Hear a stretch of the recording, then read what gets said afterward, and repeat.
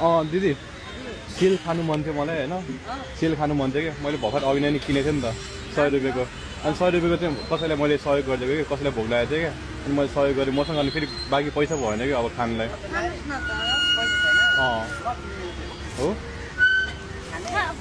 मैले भर्खर सहयोग गरिदिएको थिएँ कि अनि चावडा लिएको थिएँ नि याद छ त्यही भएर हो र धरानको मन कस्तो सफा भने आज धरान घुम्न आएको थियो होइन यति भयो हुन्छ हजुरको मन कस्तो सफा हजुरको नाम के पर्यो होला दीप राई ए धन्यवाद धेरै धेरै धन्यवाद है म चाहिँ काठमाडौँबाट आएको कि मैले कसैलाई अप्ठ्यारो परेको थिएँ कि अनि मैले सानो सहयोग गरिदिएको थियो हजुर त्यही त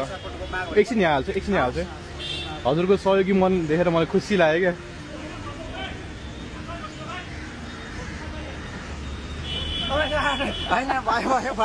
सुन्नु म भन्छु म चाहिँ सानो होइन यसो सामाजिक पर्सन गरिहाल्छु म चाहिँ काठमाडौँबाट आएको कि अनि आज धरान घुम्न आएको धरान होइन यहाँ अनि तपाईँहरूको सहरमा आएको अनि सानो तपाईँले अब मलाई भोक लागिएको छ भन्दाखेरि तपाईँले खुवाउनु भयो तपाईँ म तिर्दिन्छु भन्नुभयो होइन खुसी लाग्यो यहाँ धरानको म सानो सामाजिक पर्सन गरिआएको कि अनि मैले छैन मात्रै भनेको तर मसँग छ है त तपाईँको लागि सानो होइन खुसी बाँडेको अब यसरी नै होइन यो कसैलाई सहयोग गरिदिनु मेरो तर्फबाट नै होइन कसैलाई अप्ठ्यारो परेछ भए यसरी नै सहयोग गरिदिनु है धन्यवाद आमाको मन पनि यस्तो सफा होइन आमाको लागि पनि राख्नुहोस् न म काठमाडौँबाट आएको सानो एउटा खुसी बाँड्न आएको धरानमा सबै पढ्न कहाँ म सबै खान सकिनँ कि आमालाई अनि सुन्नु न कति गाह्रो छ यहाँ व्यापार गर्नलाई भन्नुहोस् न